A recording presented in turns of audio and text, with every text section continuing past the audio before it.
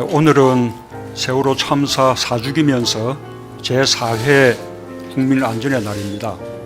온 국민이 세월호 아이들에게 한 약속, 미안하다고, 잊지 않겠다고, 또 반드시 대한민국을 안전한 나라로 만들겠다고 한 약속을 지키기 위한 것입니다.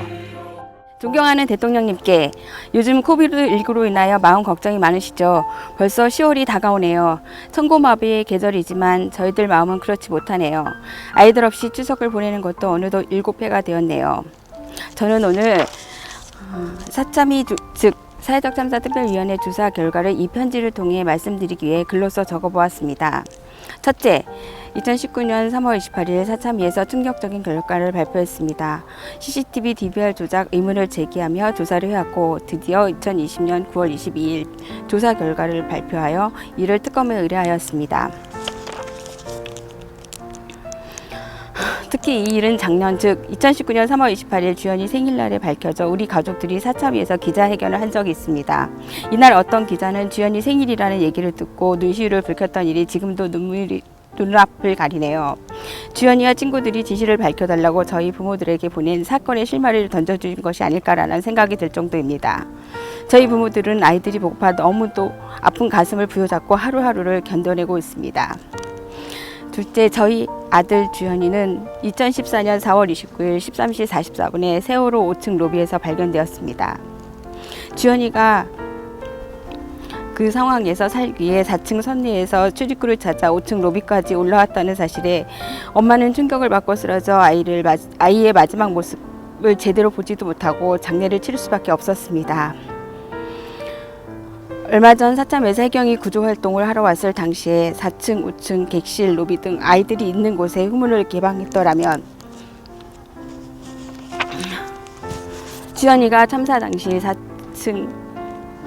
5층 로비에서 발견되었을 때 4층 선내에 있어야 할 아이가 5층 로비까지 갔다는 것은 분명코 출구를 향해서 올라갔을 것입니다. 이때 주연이가 삶의 터널을 찾아 헤맬 때 해경이 후문을 개방했더라면 분명코 살았을 것이라는 추측이 들 정도입니다. 주연이는 개방된 후문을 찾지 못했고 결국 5층 로비까지 올라와서 끝까지 생존의 끈을 놓지 않으려 했던 것입니다. 이러한 사실을 얼마 전 사찰을 통해 들으면서 너무도 안타까웠습니다. 힘없는 애들이 문이 열리지 않아 객실이나 로비에서 채 5분도 걸리지 않는 거리에 후문이 개방이 안 되어 우리 주연이가 후문을 찾으려고 가려다 5층 로비까지 올라가게 된 사실은 저희 부모를 2번이나 죽이는 마음 아픈 소식이었습니다.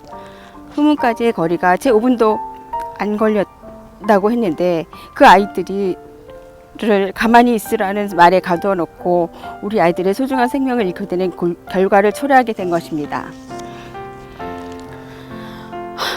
어떻게 21세기 대한민국에서 이러한 일이 일어날 수 있었을까요? 사고 당시도 그랬고 지금도 아직까지도 믿기지 않는 일이 벌어졌을 때 저희 부모들 심정은 그 누구도 생각하지 못했을 것입니다. 별이 된 우리 아이들이 바라는 것은 4.16의 철저한 진상규명만이 먼저 간 우리 아이들이 진실을 밝혀 다음 세상의 아이들을 좀 더 행복한 세상에 살게 하려는 것이 아닐까요?